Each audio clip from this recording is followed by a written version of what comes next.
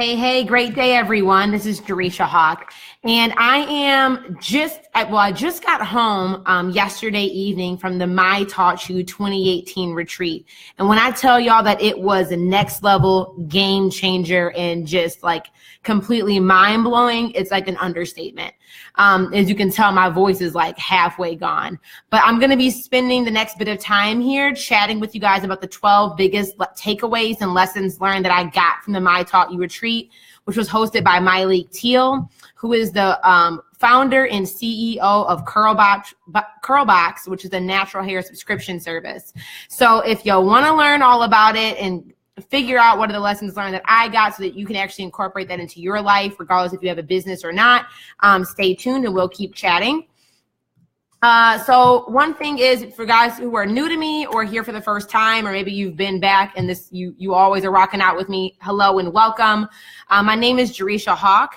I am an income strategist and recent corporate dropout. I help coaches, consultants, and content creators 4x their revenue through positioning and sales strategy. And I'm seeing a bunch of you guys in the comments. If you guys are watching live or catching this in the replay, say hey and let me know you're here. Hey, Jordan. Hi, Tamisha, Zanika, Sarah, Shakitha, Roxine. Pretty sure I'm the first person Facebook notifies when you're going live. They know I need to know. Hey, Renee. Hi, Nikki, Vienna. Hey, everybody. So I was so fortunate that I got to be able to attend the My Taught You retreat. Again, if you guys are not familiar with Myleik Teele, again, she's the owner of Curlbox, which is a natural hair subscription service that provides full bottled products for you to test out different hair care products for us natural hair girls that are out there. She started numerous businesses. She's known for her Curlbox business, but she also has a podcast where she just kind of goes on and shares life experiences of business and personal things as well, and lessons learned. So if you do not know her, like, you need to go follow her. I've been following her for about maybe like 2 years or so. And she decided to do a retreat this year where it was application based. She invited, I think, about 95 women to attend the conference or attend the retreat. I don't even want to call it a conference because it was so much more than that. But it was in Mexico and Cancun, and it was just flawlessly executed. We had amazing speakers, and just the attendees there were just next level, and just because everybody was application based. So like Myleik literally, I think they said like up to 1,500 people applied to attend. I think there was multiple rounds of application processes that went out to the audience, and Myleik said that she read every single application and selected, the 95 people that she invited to come. So it was, I'm still trying to process the amazingness of what I experienced at this weekend, just because I've never experienced anything like this before. The way in which it was executed, how flawlessly done, and how everything was designed down to the most minute level of details. Like the camaraderie and the community that I was able to gain. Like, it's just, I try to wrap it up in these 12 takeaways, but it's so much more than that. So if you guys haven't checked out my blog article, I put the link in the title of this description. I'll also post it in the comments here for convenience. But I'm going to be just kind of talking a little bit more about the 12 biggest takeaways that I got, in addition to sharing what are some action items that you can do to actually incorporate and apply these lessons learned that I got from the retreat in your own personal life.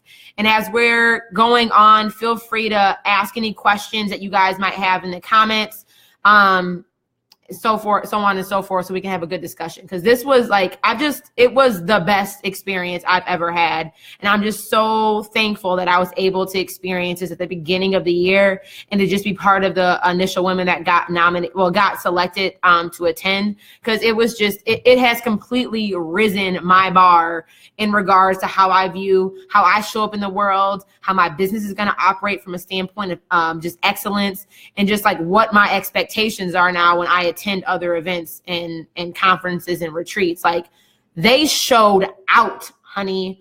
Vienna said, are you still on a high? Girl, like, do you hear my voice? Like, I'm still, like, I had to like clear my calendar because I had to decompress and really be able to process the transformation that took place this past weekend. And I'm really going to give myself the space throughout this week to actually like go back through my notes beyond what I just did to get these takeaway lessons learned up for you guys, but really start, like, you will notice a change. So if you've been following me for a while, like, best believe things are going to change. You will be like, Jay, you've switched up. Things ain't the same. You're damn right. Like, I have switched up. So Vienna, I'm still processing and still trying to like fully like decompress like the imprint that was left on me after this weekend. Like, it was game changer. So let me just start diving right on into like the 12 takeaways that I got from the conference. So for starters, again, I want to give like a quick highlight of who was there in attendance. So my league obviously was there. Her team was phenomenal. So Trudy, Natasha, Diana, Carlene Roy, she was one of the speakers, but also the event planner. Carlene Roy is the owner of Vanity Group. She also was the executive assistant to Diddy back in the day. She flawlessly executed this event. Tony, which is I think Iris Films, he did all the videography. They had local photographers there from Mexico. Not sure what the company's name was, but then we had the opportunity to have speakers, like I said, Carlene Roy, Lovey, who's a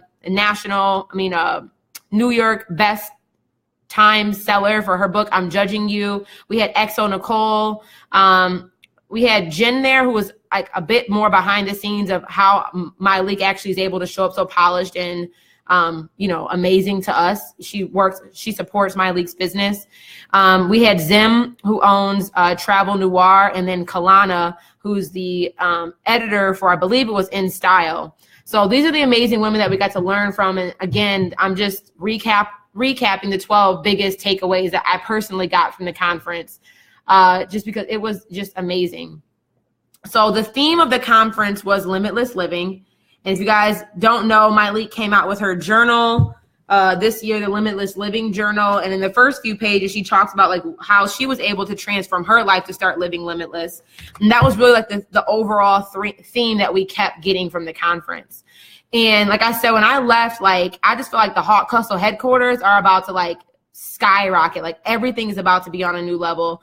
And just operating from a higher space of excellence and integrity than I have been before. Like, debunking limiting beliefs, doing the things that just scare the bejeebies out of me, being intentional with crafting and growing high quality relationships and friendships, and just focusing on community, and just overall leveling up the quality and excellence of which I show up in the world. Like, oh, it was just so good. So number one, first takeaway that I got was do things that you've never done before. And my league had mentioned this. She talks a little bit about it here in the Limitless Living Journal, but that's something that really stood out to me that she spoke to at the conference. She said that earlier on in her career, one of her mentors, or was a good friend of hers, had told her, like, get comfortable in the spaces that you feel like you don't belong. So start intentionally going to the places where you feel as if you don't belong. And that really resonated with me. Like, being a minority female engineer for the first chunk of my career, I constantly felt like I didn't belong in the rooms, in the meetings, and in the environments that I was constantly being put in. And when she said, do the things that you've never done before, it's like, how can we be intentional on making sure that we are putting ourselves in spaces, in places, and surrounded with new people where that we've never done before. Like, and that's the only way for us truly to be able to grow and stretch and to evolve, is by doing that. So allowing the fear of the unknown to stop you from taking the first step is truly detrimental to your growth. And it will kill like the overall opportunity for you ever achieving success. We all had to do things for the first time in order for us to become the masters of our craft. So be intentional about experiencing new things often. And my league drove that point home. Like, I love when she said that we've all had to do something for the first time in order for us to be like the greats that we are at whatever it is that we do. Like, everything that we do, we've done for the first time. Like, people always tell me how amazing they love my Facebook Lives. Like, I had to do that for a first time in order for me to get good at actually doing Facebook Lives, and sometimes we allow that fear of, well, I've never done that before, or I don't see anybody looking like me doing it, so how can I do it? Stop us from ever taking that first step. So like, I think a practical thing that we all can do, and something that It's an exercise actually in the Limitless Living Journal that Myleik created, was to make a list of things that you've never done before and actually commit yourself to doing those things this year. So I made my list while I was on the plane. It's interesting because I had actually been making a list, like I call it my fear list, the things that I'm afraid of, at the beginning of the year. And I added on to it based off the journaling prop that was in the book that we got from Myleik. But I'm, even as simple as like, I've never been to an opera, or I've never been to the ballet. Like I went to my very first ballet 2 weeks ago. Like, do the things that you've never done before so you can really stretch and grow. So regardless if it's business related or personal related, like I just thought that was a very tangible exercise that we all can be doing. Number 2 was take the time to be proud of what you publish. And Carlene Roy, again, the owner of Vanity Group, was the one that really drilled this point home. So whether you're writing an email, crafting the caption for an Instagram post, completing a project for your boss, or pitching a major magazine, before you hit send, ask yourself these 2 questions. 1, did you look it over? 2, did you love it? Always take the time to put forth your best effort. She had brought up an example of somebody who sent a proposal to her, and she looked at it and it was like kind of like trash. And she asked the girl, like, 1, did you look this over before you sent this to me? And the girl said that she did. And then Carlene asked her, well, did you love it? And the girl said, like, no, I didn't. I thought that it could have been better, and there were some things that I could have done to enhance it. Carlene continued on to like explain, well, then why didn't you do that before you sent it over to me? And I just think so often, I know this hit home for me because I writing a blog article was extremely difficult for me. I can talk all day, but like sitting down and writing and putting my thoughts together is is a challenge for me and something I've been trying to work on in my business. But even when I hit publish, I had looked this thing over 2 or 3 times. I still had 4 typos, 4 misspellings, 4 grammatical errors. And shout out to my audience of people who like sent me a note and said like, Jay, you misspelled this one. You got retreat wrong. Because sometimes I'm moving so fast, I'll make small mistakes. But when Carlene made that point of like, and that's a really quick process that you can implement regardless of whatever it is that you're doing. 1, did you look it over? And 2, do you love it before you hit send, before you send it out, to make sure that you are operating from a higher level of excellence, but take time to be proud of what you publish. And she said that she really learned this by working with Diddy because, if you don't know Diddy, if you watch any of this man's Instagram stories or seen anything that he does, like that man is always fly. Like, I don't care if he's chilling on a Sunday on Insta story, this man got like a velvet robe on with some fur slippers. Like, even when he's casual down, he's still like proud of what he's presenting to the world. So regardless if it's like a tangible thing that you're doing, or even if it's just like your physical appearance, and your outward appearance, like how can you make sure that you are doing your due diligence, and just really making sure that you're proud of whatever it is that you're putting out there. So that one really rung true for me, both personally and professionally. Number 3 was work hard, rest hard. And this point really came from Zim, the founder of Travel Noir, because she recently actually just sold her business to Blavity, and she's still active and enrolled in the operation of Travel Noir. But she had said that like after the acquisition went through and after she sold the business, it was the first time that she really got to rest. And like sometimes we get so caught up in the hashtags of like hustle hard, team no sleep, sleep when I die, that we, while on the journey to accomplishing our dreams, that like we sometimes forget like how important it is to sleep and to recoup. And Carlene Roy spoke to this point as well. She said in working with Diddy, they call it like sleep drunk, where you can't perform your best when you are like deprived of just giving your body what it needs. And that just really sung true, because I think a lot of us, personally I can relate, but I think a lot of us can relate to like the fact that, we be hustling and like we're working our 9 to 5 or trying to start this side hustle. We have, a family. We're doing all of these things and juggling all of these things that sometimes we can put self-care on the back burner, where in actuality, like self-care needs to be like top priority. Like if you're not taking care of you, you can't show up and perform your best and like actually deliver it within a space of high like quality and excellence. So she just said that like, I think the thing I took away from that is like, yes, in order to achieve anything of significance, work is required, However, and effort is mandatory. However, so is self-care and sleep. So make sure that like that needs to be non-negotiable, is like taking care of yourself. Takeaway number 4 is don't just be in it for a good time, be in it for a long time. And Zim had brought this point up. She had said somebody was working with her and they had told her like, I'm just here for a good time. I'm not trying to be here for forever. And, she kind of took it. And I think kind of the way that I even try to show up in my business, like I'm not here for some get rich quick scheme, so quick to be focused on having fun and like, without being patient enough to really actually see the fruits of my labor. And I think that regardless of where you're at in your journey, or where you're at in regards to building your business or just trying to climb the corporate ladder, we can be so impatient to actually being able to see like the true abundance that can come at the end of our process. And it's just like, you have to be in it for the long haul. Like if you're just looking here for the quick win, it's going to be short fleeting. Like it's not going to last. Like it takes years to finally experience that overnight success. So really kill that mindset of the get rich quick and the entitled ego mentality, of wanting everything right here, right now, and like learn to respect the process and be intentional so you can progress like along the, how you're supposed to. So that one really hit home too. Let me take a little sip. Any of this hitting home for you? Like, are you guys taking notes, or what are your thoughts so far on just like the first 4 major takeaways that I personally got from the conference? Like, is any of this ringing true for you guys?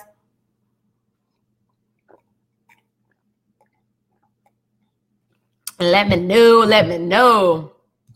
She said, love your shirt. Won't he do it? Girl, yes, he will. That's why I had to wear this. God did this, honey. God did this. Like, won't he do it? Always. Notes being taken. Yes. Okay, good. I'm glad this is helpful. So number 5 was validate everything that you do. And this one, I was like, just in the back, like, yes, girl, say it again for those in the back who did not hear this. Because sometimes we get so fixated on chasing the hot trends and like the new marketing tactics of what's going on in our world that it leads us down a path of staying busy without ever actually being productive. And this is something that I feel like I preach all the time. You need to always know why you are doing what you are doing. Like you need to be constantly evaluating and analyzing the return on your investment in regards to time, effort, energy, and money that you're spending on anything that you're doing, especially if you're building a business. Like, and that stuff doesn't add up and it's not making sense, or you're unclear of why you're starting the podcast, or unclear of why you feel like you need to do a Facebook Live, or why you're making a Facebook group. Like if you're only doing it just because it's like, it seems like some marketing trend that you have to be doing because you see other people doing it, like you need to pause and validate and make sure that that is in alignment with what your strategy is, to make sure that those actions and those efforts are going to be the thing that move the needle forward for you. Because just because it worked for me or worked for somebody else doesn't mean it's going to work it won't work the exact same way for you. So it's understanding the principles and like the strategy behind why people are doing what they're doing, and then making sure that is in alignment with your goals and objectives of where you're trying to go. That was so good.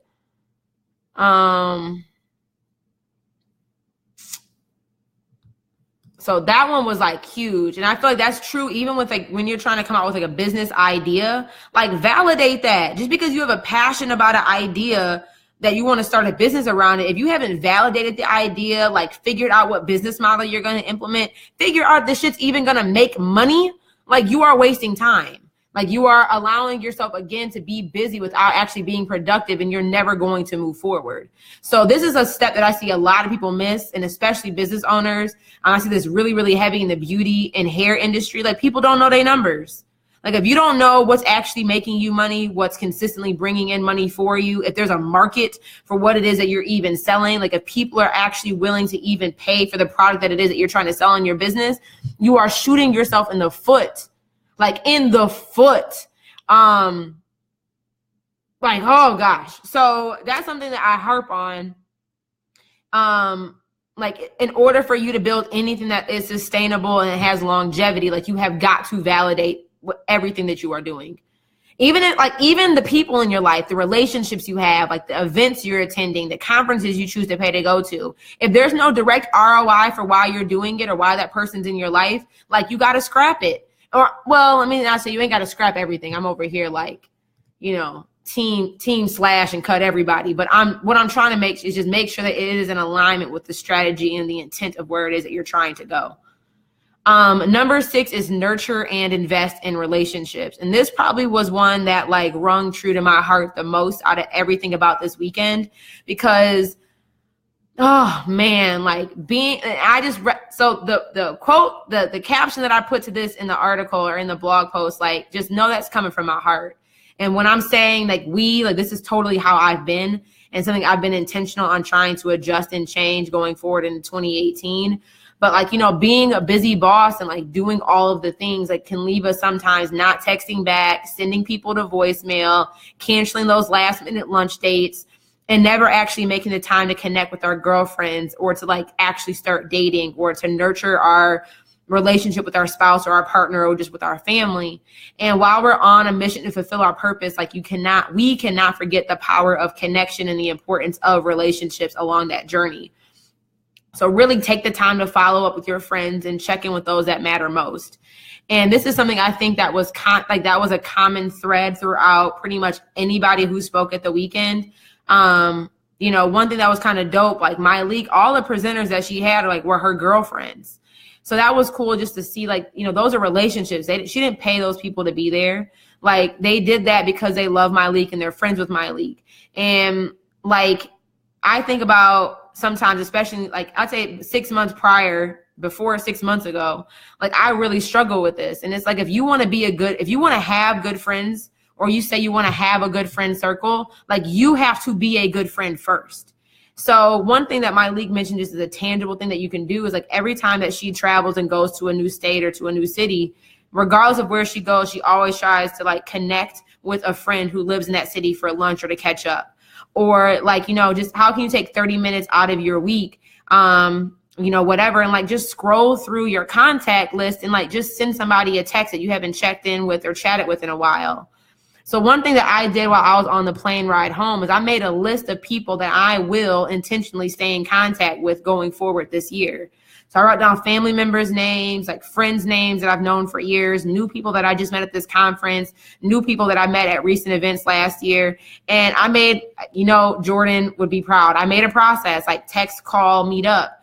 And I'm like putting it in my calendar. Like on Fridays, I'm going to have like follow-up Fridays with my friends where I'm going to be checking in with people or, making that time to make the phone call or, scheduling time like for them to come over, for me to come over, for us to catch up for lunch. Like that is so important for us to value the relationships and the people that we have in our life and to never lose sight of being so caught up in chasing our dreams and chasing our purpose that we forget about the people. And the most valuable thing that matters more than anything else is the people that we have in our lives.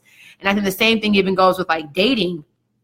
Like before I didn't have time to date, like until this year, until like I said, the last 6 months have I actually had time to intentionally date just because of my schedule. But it's like, make that a priority. Like if you want to meet your husband or meet your wife or like finally get the partner that you want to have, first and foremost, like define what it is that you're even looking for. Like what is the type of relationships you want to be building? I have a scorecard for my dating life, which my friends know about and they kind of tease me about, but it is what it is. But I have a scorecard, like just like you evaluate business decisions, I evaluate my relationship decisions. But now I'm like being intentional, like make time to go out. Like your husband ain't gonna just come knocking at your door. So for all of us that are always like laid up in the crib in sweats, like you're never going to meet the girlfriends or meet the boyfriend or meet your future husband if you never get out of the house. So make time to like nurture the relationship that you currently have and the relationship that you're making, but also make time to invest in the relationships that you desire to have as well. Okay. Tamisha, yeah, I have a legit scorecard. Like I have 5 core principles that I follow. 5 core pillars. I have accompanying guiding principles. I have open-ended reflection questions. So one thing I did that's helping me evaluate and like, I can't believe I'm sharing this on Facebook Live, but just I'm being real with y'all. So it was like back in September, I have been dating a few guys or whatever, kind of dating, like, like here and there going out, like kind of aimless, like, Snapchat combos or like quick text combos. And I was just unfulfilled. So I've been developing the scorecard for like a year and a half. And I literally ranked every guy I was talking to on my scorecard. And if they did not get a score of 70% or higher, I called every one of them and cut it. And I know that might be like a bit extreme. I mean, but just as intentional as I am about building my business and making sure, like when I hire somebody for my team, what do? There's a job description. There's an application process. There is an evaluation process. Like, you're on retainer for the first 3 months. Like, I don't just everybody can't just be immediately promoted to CEO. No. And I'm starting to treat my relationships the exact same way. So girlfriends, boyfriends, any friend that comes into my life, you are getting ranked on my scorecard. And if you are somebody who is constantly draining my battery and not charging it, like, I'm going to reevaluate how often I'm interfacing with you and how much energy I'm giving to you. So that's a whole other Facebook Live. But nurture and invest in your relationships. That's one that really rang true to me in my heart. Number 7 is transform the lives that you touch. People don't care about the specs and the features of what it is that you sell or that you provide. They care about the effect and the result of what's to come after you deliver that message. So root your story in your purpose and connect with your audience by starting with your why. Transformation leads to trust, which ultimately leads to the transaction. And I just thought this was like so good, because so many of us, especially business owners, get caught up in, I'm selling this book, like it's 13 chapters long. I have this virtual workshop, like talking all about the specs and the features, but it's like, bro, what is the result? Like, what is the transformation that will happen if somebody were to like read your book or work with you as a coach? Like, focus on the result. And like, if you think about the transformation, like if you as a creator, the content creator of whatever it is that you're building or doing, or the product creator, if you're thinking about the transformation in mind from the very beginning, it'll be a lot easier for you to build trust because it's clear, you're able to communicate it, it's concise, like you're able to help people see the vision of what it is that you're going to help them do by them buying or supporting whatever it is that you're selling. And then that will ultimately lead to you creating a transformation in their life. And that's going to be the thing that they remember. Not like the specs and all the nitty gritty details. They're going to remember the effect that it had. So I think that's one that every business owner needs to master in order for them to truly like experience growth and abundance in their business. Number 8 was, in order to level up, you must be first willing to let go. And again, Zim from Travel Noir was the one that drilled this point home, because it's just like, bruh. And this is so hard to do. Like, every time, if you guys realize that like you start stepping into a new role, or even like basic example, let's say you're at your corporate job and you got a new job. Like, let's say you got promoted and got a new job and you have to change cubicles. In order for you to even move cubicles, what do you have to do?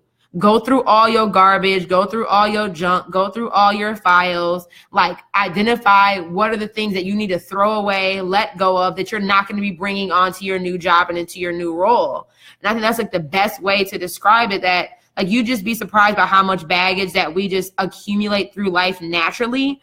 Like, clothes, relationships, beliefs, limiting mindsets, all the tangible just stuff that we have. As we're elevating, like we have to be constantly taking inventory of what needs, not what we want, but what needs to come along the way for us to be successful in that new space.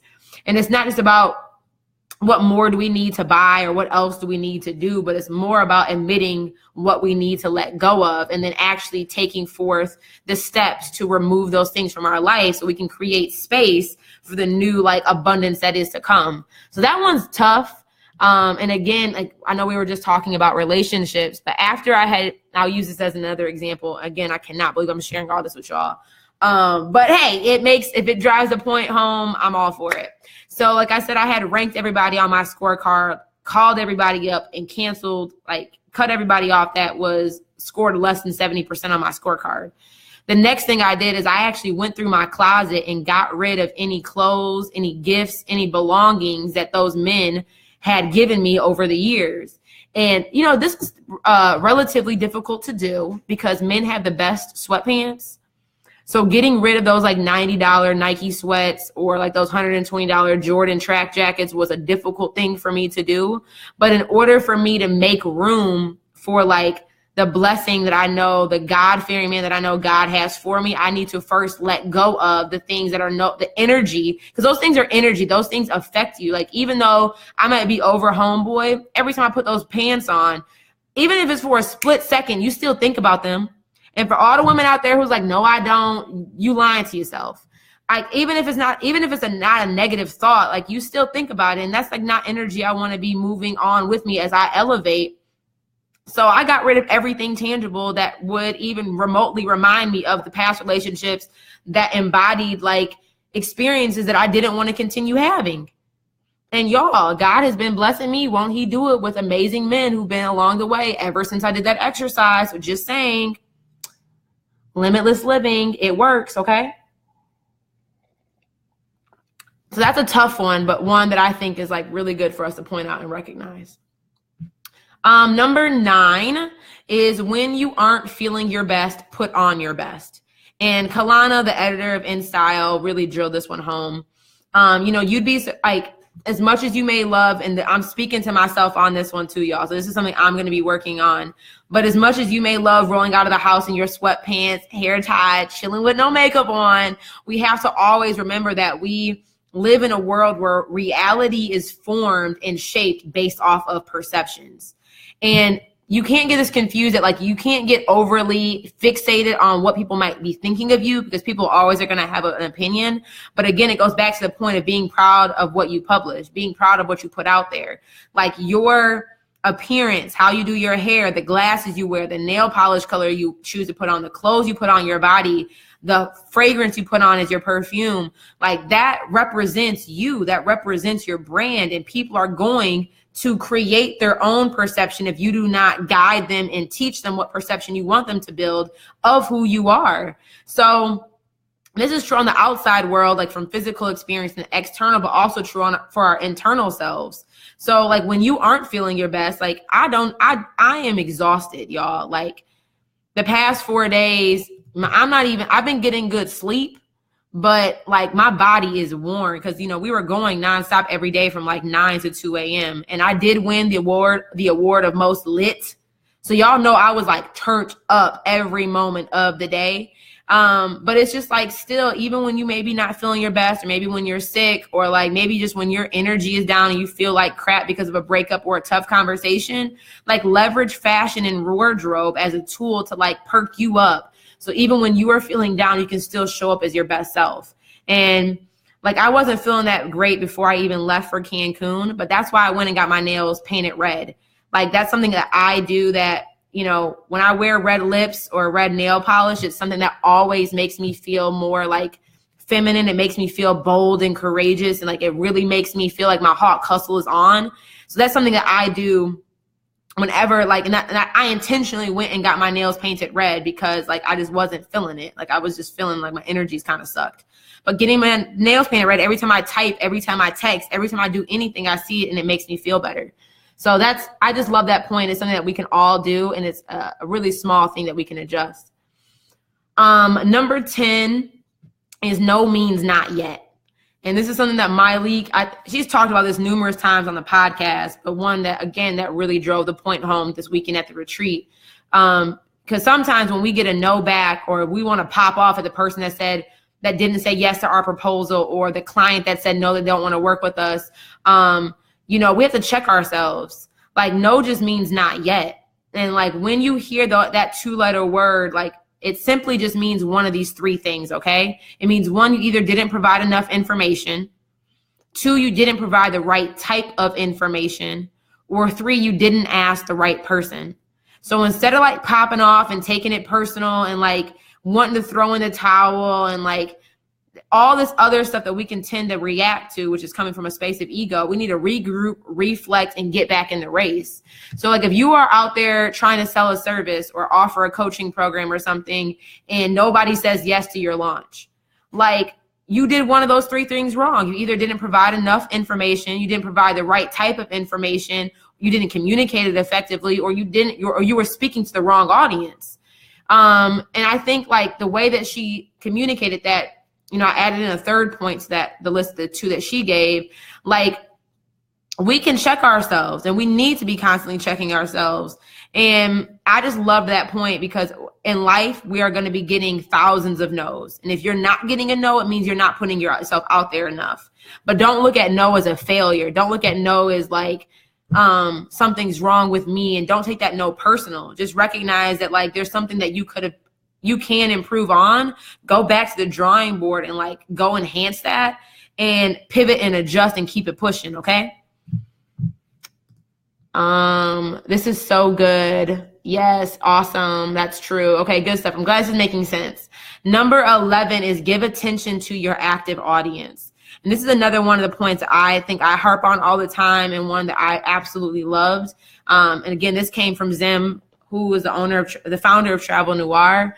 But she made the point of like really focus on building trust within the community of people who are already rocking with you. Like, and I say this all the time, like, I don't care if 12 people are on your email list, or only 28 people decided to attend your in-person event, or only 6 people decided to buy your group coaching program. Value those people. Like, those are still humans. Those are still hearts. Those are still lives that you have the opportunity and God has placed for you to impact and to transform. Do not take that lightly.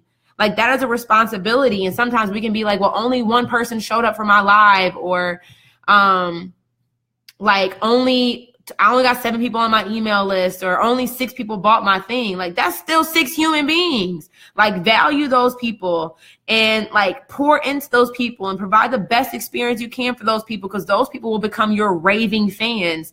And if you are not willing to serve and support the 10 people that show up for you right now who still choose to say yes to you in your infancy stages, how are you ever going to truly be able to appreciate when you have the opportunity to serve hundreds and serve thousands?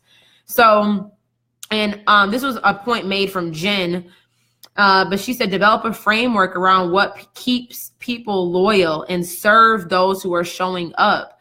Like, start to leverage those first yeses that you get to start understanding your processes and your framework of how you operate in your business.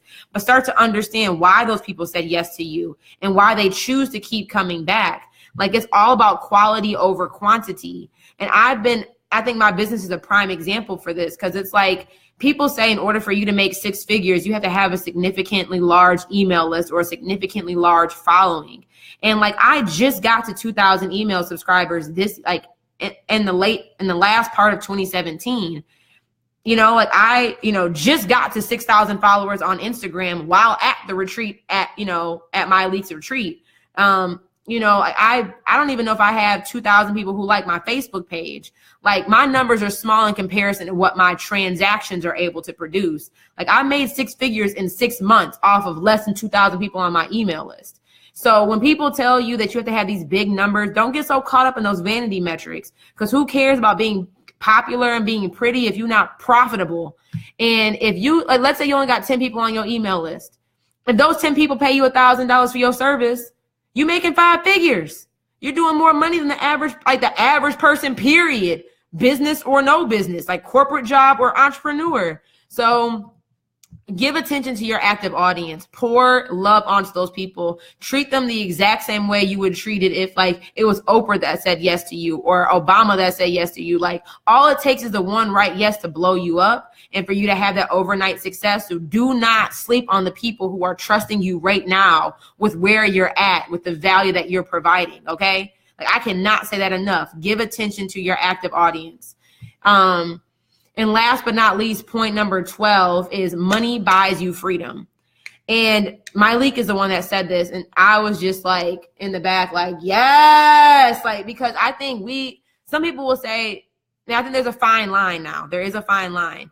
You cannot start to idolize money and allow money to become your God, but you also cannot be sitting here falsifying reality, thinking that like this globe does not operate without a price tag. Like, we live in America. And even if you don't live in America, if you live, in Africa or wherever you are across the world right now, the only people who say money doesn't matter are the folks who already have the money.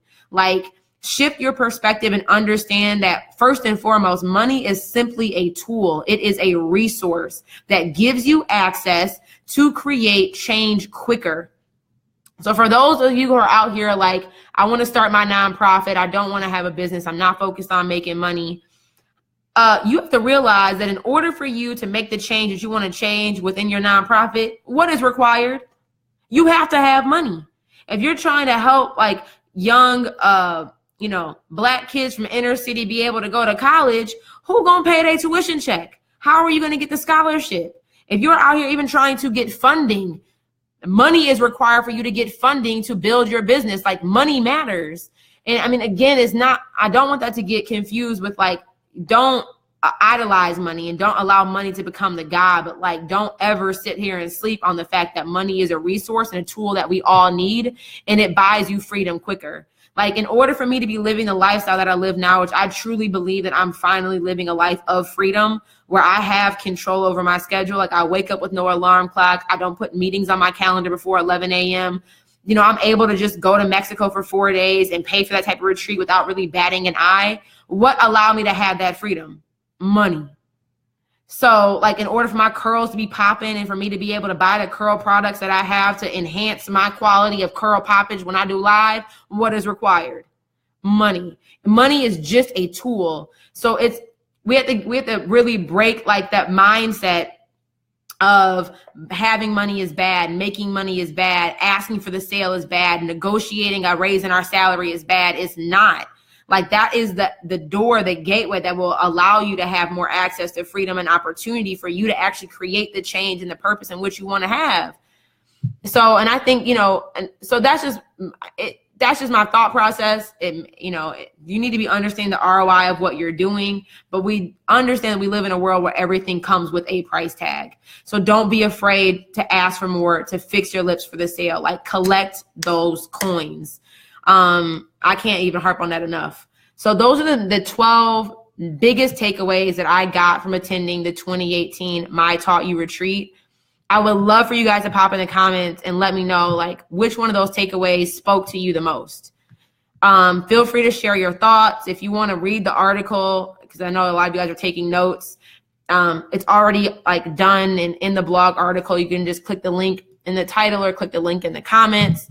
If you just want to like save that for later or share that with your girlfriends, or, really start to, how can you start incorporating these lessons and evaluating how you're showing up in your life, in your career, in your business, and where can you enhance and grow and develop too? If you're walking in faith and believe God would want you to be prosperous, absolutely. Like, God is a giving God. He's an abundant God. Like, God ain't over here wanting everybody to be broke.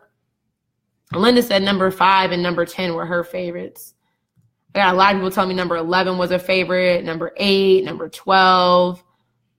Let me go back and read through the comments and see. If you guys have any questions, pop it in the comments. We can chat about it, or share your biggest which ones of the 12 were your favorite, or just any questions you guys have. Number 11. Drisha, your voice is going, lady. You were really lit. Girl, I was turned. I won most lit award, but my voice is like shot. But I'm like, I had it on my calendar today where I do lives at 1 p.m. So I'm like, I got to go live for my audience, put on a bra and floof up these curls, even though my voice is shot. I hope they can hear me. That's why I wrote the article, just in case you couldn't catch something I said, you can go back and read it.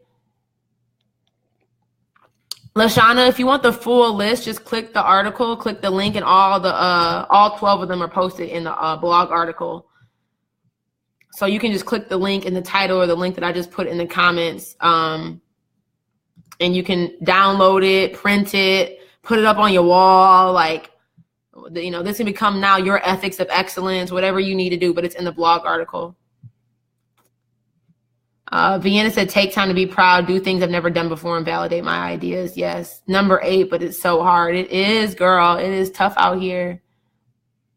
Let me go see if there's anything else in the comments. I don't think there's any other questions. Oh, Roxine said, my question is about how you make things stick. I find I get all of these learnings, but then how do you actually implement these into your life on a regular basis to make sure they stick and much is going on? Such a good question, because some of us, and this is why I hate, I always try to make my content actionable, because I don't want you guys just to listen to my Facebook lives and be inspired and be motivated, but you never actually move. That's why I make my PDFs and like try to make worksheets and try to like leave you guys with growth assignments to go do. But first, Roxanne, I think first and foremost is like you have to make the decision. Like you have to make the choice and make the decision that based on the things that I'm learning, I will go implement them. So like a thing for me at this conference is like, I'm not about to just let the hype of this conference and the pictures that I put on Instagram stories and social media be the end of the transformation that happens. I'm like, first and foremost, I'm going to go back and share what I learned, because through teaching, like what I learned, it now is able to help me better learn the lessons, because in order for me to like share it, I have to understand it to be able to communicate it. So that's one way, and a way that I was very intentional. I wrote that down in my goal book, is write down the lessons that I learned and then go share it with my audience. So I can, through teaching, it's helping imprint that deeper in for me. Number two, it's like you have to plan the process, not focus on the result. So if you make this goal of I'm going to implement what I learned from the conference, that's all cute and fine and dandy, but what is the process you are going to put in place to actually make that happen? So like, for example, like nurture and invest in my relationships. While I was on that plane, I made a list. Like I will show you, I made a list of people I'm going to intentionally invest in developing my relationships with. Where is my list? I made a full contact list of people I'm going to be Can you all even see this? No. Can you all see the word? The light is so bright in here. But I made a list of people I'm going to stay in contact with. And then I literally put a reminder in my calendar every Friday for 30 minutes to follow up with the people on that list. So I'm creating the process, not focusing on the result of just saying I want to have better relationships. And I made a list of 3 points I'm going to do. So I'm going to text every person, call every person, meet up with every person. I'm going to like cycle through that. So I'm going to put like 5 people on my list every Friday for me to touch base with. And then I'm either going to text them, call them, or schedule something on my calendar with them for that month. So now I have a process in place to develop my relationships. Another thing that I'm going to be doing is actually, and this is kind of why I clear my calendar this week, is I think after you attend a conference, like make space once you get back to just like have an intentional opportunity for you to digest what you just learned. So I told the guy that I'm dating, like, I want us, instead of us going out to dinner, like for our next date or whatever, I want to have a work date, like where we develop a strategy for everything that I just learned. I called up Renee, who is a girlfriend of mine, but also works in my business. So we can do this both for my business and for hers. Like, girl, we are getting together and we are like, let's have a work date where we map out a strategy of everything. Like, I'm going to teach you everything that I learned at this event, but then how can we incorporate and apply these to our own businesses so we can level up? So like, that's like intentionality. Like, I'm making the choice to carve out space to be able to do that, and then inviting other people into that with me. So now I'm like, there's a level of accountability beyond just myself. So those are things that you can do and things that I suggest, but focus on planning the process and not the result. So if it's like to do things you've never done before, what is the process in order to do that? I made a list of things I've never done before. Y'all can't see none of this. Can y'all see this? I made a list of things I've never done before.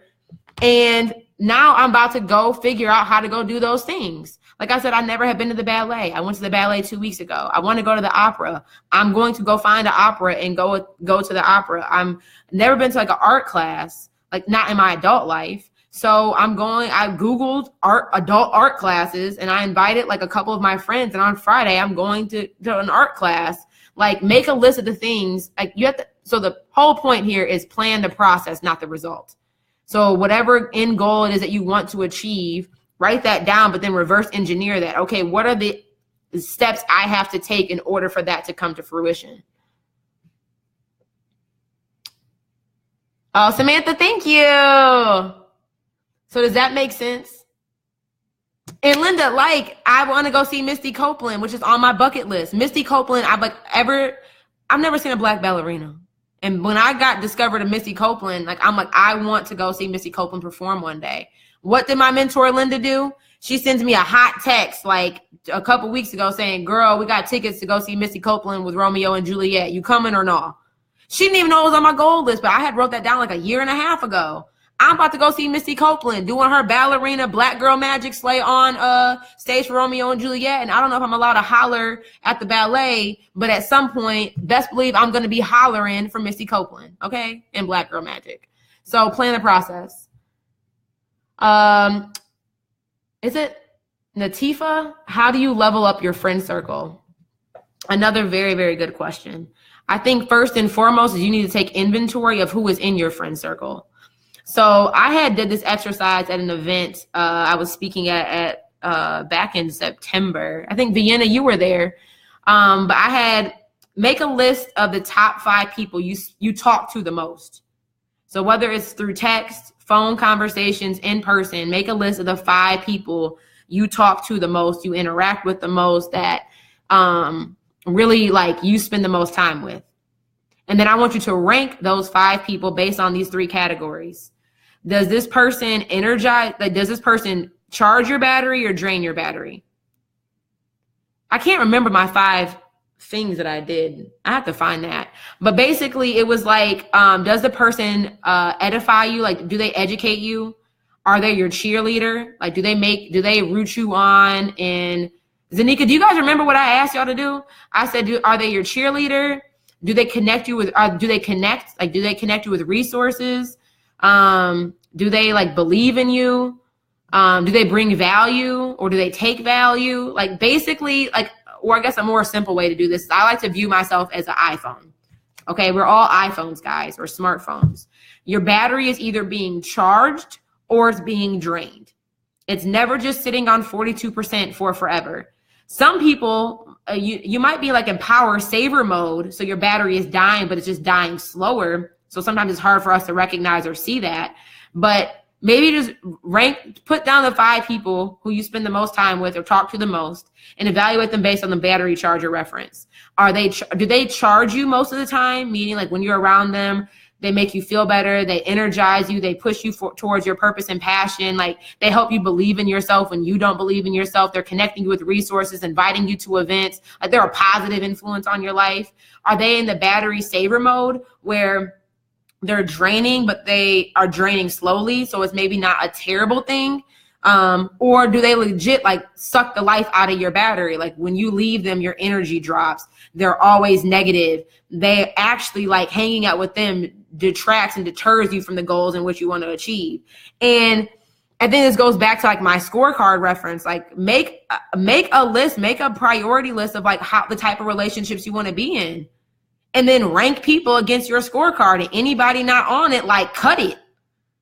And I know that might sound harsh. I mean, I'm not saying you got to call up homegirl and be like, girl, you out here draining my battery. You suck at life. You not making none of the qualifications on my scorecard. You got to go. I mean, you ain't got to say it like that, but you can like gracefully start removing yourself from spending so much time with that individual.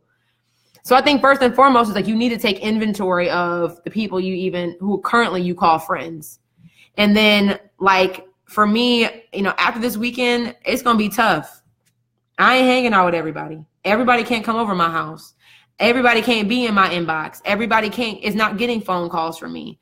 Like sometimes you got to not text back. Sometimes you're not answering the phone because those people, if you do not have the energy capacity to deal with that person, especially if they're one that drains you, like you can't keep giving it to them. So all of it goes back to like more about intentionality, about first evaluating who's in your circle. But even before that, evaluating what type of circle you want to have. And then based off of what you want to have, evaluate the people in your life. Are they meeting those needs? And if they're not meeting those needs, ask yourself the question of what rooms do I need to be in where I can find people who fit the list of the type of people I want to be around. And then go put yourself in those spaces. So another way to explain this and make sure this drives the point home is like a mentor of mine had asked me, like this was like regards to dating. They had asked me like, Jay, where do you see yourself in 20 years? And it's like, okay, that might be a stretch for me to think about, but I can give a decent answer. Then they asked the question of where do you see your husband in 20 years? How are you guys interfacing and what does your world and life look like? And I'm like, dang, I never thought about that before. I've always thought about my future, but I've never thought truly about like 20 years from now, what is my husband doing and how are we like coexisting together? And then the final question is, where would you meet that type of man today? And then how are you putting yourself in the spaces and the environments and the rooms where you would meet that type of person? And my initial answer was no. I'm like, I don't even be leaving the house, let alone whatever. So I would apply that same type of methodology to like your friend circle. Let me know if that makes sense, Antifa. That's a good idea. Loving all of this. Thank you guys for sharing. You guys are more than welcome.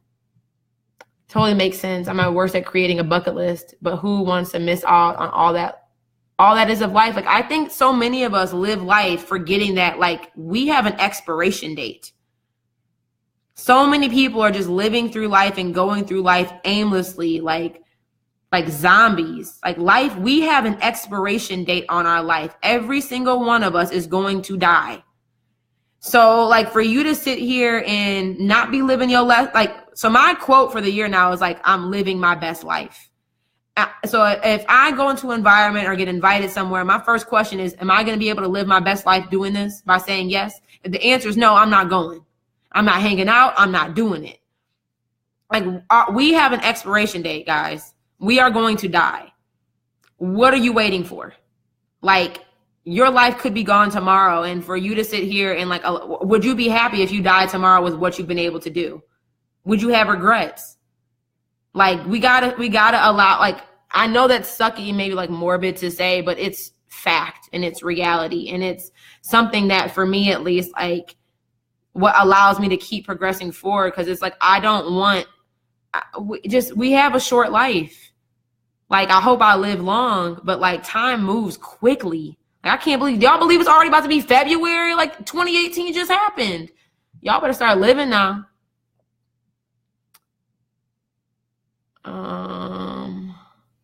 Top 5 being loyal to me in my life, but they aren't leveling up in their life. So Shauna, they might not be leveling up in their life. I mean, so I think that's a tough one, because the top 5 people have been loyal to you, but they aren't leveling up in their own lives. Does them not leveling up in their own lives detract or deter you from you leveling up in yours? And if the answer is yes, like reevaluate, put people in different buckets. So like I love my grandma, love her to death. She raised me, I love her to death, but she can suck the life out of me sometimes. Like my family can be very draining on my energy. So I still talk to my grandma and I still see my grandma, but Linda taught me this, is like I am intentional with the conversations that I have with her. So I know if I share certain things with her because she just doesn't understand it, she will start being negative Nancy. My grandma watches the news too much. Like she didn't even know I lived downtown Detroit until like 4 months after I moved. Because I know if I would have told her before I moved downtown, my grandma watches the news. And if you watch the news and you live in Michigan, what's the first thing you see on the news when you hear Detroit? There's shootings, people getting shot. You're going to get shot, kidnapped, raped, stabbed. People going to break into your car. All these things. Like I didn't want that energy bogging down the decision that I made to move into my dream apartment, to live downtown Detroit in a high-rise apartment. So I didn't even tell my grandma until after I moved. But Linda just taught me, like, be intentional with how, like, what you share, how often you choose to share it. And that's my grandma. I can't get rid of her. I'm not trying to get rid of her. But just because people are loyal and they love you doesn't mean that you need to talk to them every single day. Draining my battery by I don't have a portable charge in my pocket at all times. Girl, Samantha, we don't. I love that. And I'm not saying that you have to cut family or like disregard your family, but like you do need to understand how your family affects your process and your progress into life, and like be able to categorize, like, well, I already said it all, so I ain't got to say it again.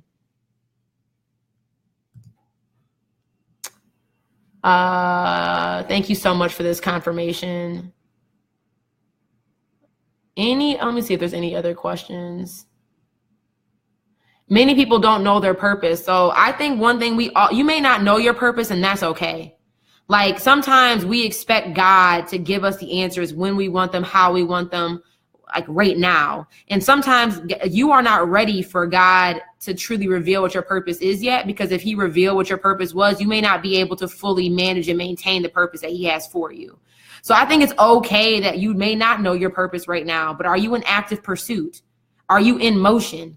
If you're not in motion, you're never going to get to the place where you're ready and able to actually manage and maintain the abundance that comes and the responsibility that comes with actually knowing your purpose. So I think he hasn't revealed, like, all of us have a purpose and it's all in us. But I think sometimes God has chosen, or you're just not at a space yet where your purpose can be revealed because you're not ready to like fully walk into it and step into it. But that doesn't mean that you need to be sitting there stagnant and not in motion. Like, you still need to be. One thing I constantly am praying about and asking for is like, God, how do I need to be preparing right now in the stage that I'm at in order for me to truly be able to even be ready for the next level that you have to come for me? Because everybody be like, I want more customers. I want more clients. I want to sell more stuff. If Oprah put your stuff on the Oprah magazine tomorrow and 15,000 people came to your website, would you be ready? Most people, hell no. They wouldn't be able to, they don't have the systems in place to be able to manage the orders. They probably don't even have like processes in place to be able to supply the orders or to supply the service. So many of us can be so quick to want to get something now. And it's like, you aren't even prepared to like reap the blessing of the abundance that is to come. So focus on how can you get in action right now so you can be right now the person in order, like be the person you need to be able to even handle the growth and the abundance that is to come when you truly are opened up to your purpose. Because that's a responsibility. Like, I think I know I'm aware of the purpose that I have in my life for the stage in life that I'm at. It is a responsibility. Like, if I don't show up, I am literally being disobedient to God. And some days I don't feel like showing up. Some days I do not feel like going live. Some days I do not feel like, you know, selling the product or doing the launch or hiring the team. Sometimes I don't feel like it. But now that I know what my purpose is for the stage in life that I'm at, I'm being disobedient if I don't listen and operate in my purpose. So some people be so quick to know what their purpose is, but y'all not ready to actually fulfill it. So just check yourself there too. Mahogany, yeah, my grandma did lose her mind after I told her where I moved, but she's all right. She all right. She's coming around slowly. New levels, new devils. Girl, that's a tweetable right there. Purpose is seasonal. Every season of its own growth chart for your life. Like, that is so true. And like I said, like, this is the purpose that I know to be true for the stage in life that I'm at. Like, who knows, like, when I get a family or get married or whatever, like, my purpose probably will change. Or even a year from now, my purpose will evolve and change. So understand what your purpose is in the season that you're in right now, first and foremost, and like honor that and respect that. And sometimes we can sit here and say, well, it's not the purpose that we think that we're supposed to have. Like, check your ego. Okay. Like, it just might be like the layover or the detour that you have to go through in order for you to get to your final destination. Really, really good question. Oh, good. I'm glad this is helping. So I'm not seeing any other questions in the comments, but I know this one lasts a little bit longer than usual, but I really wanted to take the time to be able to communicate not only what I learned from the amazing retreat that, like, again, just y'all share this video, go blow up My Leaks timeline, like, you know, share the article. Like, people needs, I wanted to make it a point to make sure that I share what I got from this experience. I didn't just keep this to myself. Because even though you may not have been there in person, like, you're able to still reap the benefit of like taking the lessons that I learned and you being able to implement that in your life. And I think that's so important that, like, remember that you are a vessel and that you are just a shell, but like, how can you make sure that you're being obedient to the experiences and the opportunities that you're having, but creating access to the opportunity for other people to grow and learn just like you are. Because if I'm just winning, that's not enough. Like, my wins are your wins. So every time I level up, you ultimately level up. Every time you level up, I ultimately level up. Like, we are in this together. So like, just don't ever lose sight of that and don't ever forget that. And I'll always do my due diligence. And this is why I invest in myself. Like, I pay to go on retreats. I pay to go to conferences. I read books. I hire coaches. I'm in masterminds myself, because the better I get, the better you are. And like, for the people who work with me, the clients I have, the people who watch my videos, like, the better I can be, the more I can show up in my greatness. Like, it ultimately bleeds out into you too. So feel free to, again, share this video, share the blog article, like, go blow up My Leaks timeline and let her know how impactful this was, even if you weren't able to attend. Because it's just straight gems and like, it's life changing. And I'm truly going to be embodying the lifestyle of living limitless living. So I hope you guys like enjoy the rest of your week. Be intentional, okay? Be intentional with your time. Be intentional with your energy. Be intentional with your efforts. Like, be conscious of the things that you are saying yes to. Be confident in the times when you need to say no to the things that you need to say no to. Like, choose to be great, not only today, but tomorrow. Like, operate in your best self. Choose to operate in your best self and make the decision. Like, right now, pop in the comments. Let me know, are you deciding to start living limitlessly? Because y'all, it's 2018. It's a new day. Like, let's just operate in our best selves. Hawk Hustle headquarters about to be on a whole nother level. And this is really like what embodies a Hawk Hustle, like what embodies what the Hawk Hustle is. So just let me know. Pop in the comments if you're making the decision to join the Hawk Hustle train, to be on this next level of excellence, to be living limitlessly. Pop it in the comments. Let us know. Let us know. Let us know. Share the video, all that good stuff. If you guys have more questions, comments, whatever, pop it in the comments. Shoot me an email. I will read it and get back with you. I will talk to you guys later. Bye, y'all.